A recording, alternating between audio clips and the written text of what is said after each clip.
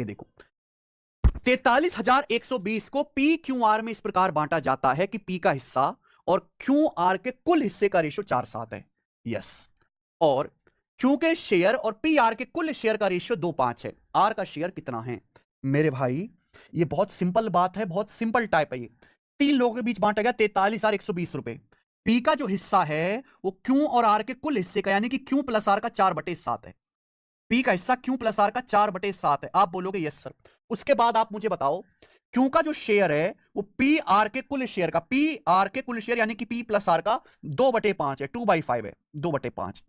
तो सवाल में आपसे क्या पूछा है, आर का शेयर क्या होगा? तो मेरे भाई ये रेशियो अलग दिया, ये रेशियो अलग दिया है, हमें कुछ नहीं करना, हमें इन दोनों रेशियो को बच्चों मर्ज कर देना है, दैट्स इट। आप मुझे बताओ मेरे भाई, यहां से P plus Q plus R कितना आएगा? यहां P plus Q plus R है 4 7 11 है ना, P plus Q plus R 4 7 11 है। यहां कितना है? P plus R plus Q 5 और 2 7। ही तो गलत बात है।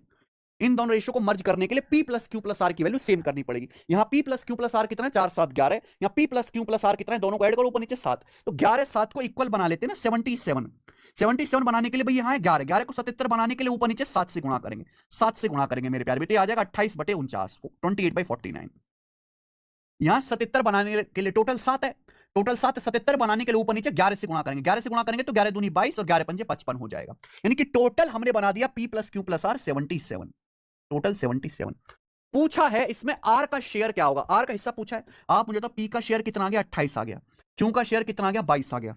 पी का शेयर 28 आ गया, क्यू का 22 आ गया। आर का कितना बचेगा मेरे भाई? 28 22 50, 77 में से 50 घटाओ 27, टोटल जोड़ के 27 आना चाहिए ना, यानी कि पी क्यू आर का अनुपात आ गया।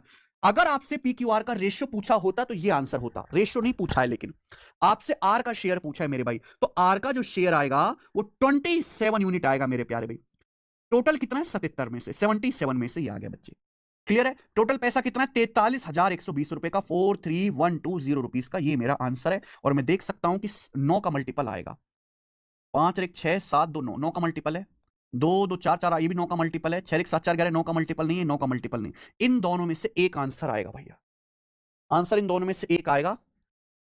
कोई बात नहीं, कर भी लेते हैं थोड़ा सा कैलकुलेशन। 77 पंजे जाएगा 385, 31 और 15 46 हो जाएगा, फिर 60 बार चलाएगा, 560, यानी कि 27 की 560 में गुणा होगी तो आंसर 8 का मल्टीपल भी आएगा मेरे प्यारे भाई। ये तो नहीं कटेगा 8 से, यानी कि ये आंसर है 15,120। 7 से कटने वाला भी होगा, 560 में 7 भी आता है, 8 भी आता है, 7 8 56। तो देखो ये नंबर 8 से नहीं कटेगा, क्योंकि इसकी आखिरी 3 अंक 8 से नहीं कट रहे, तो आंसर पहला ऑप्शन है, इसके लास्ट 3 डिजिट 8 से कट रहे हैं।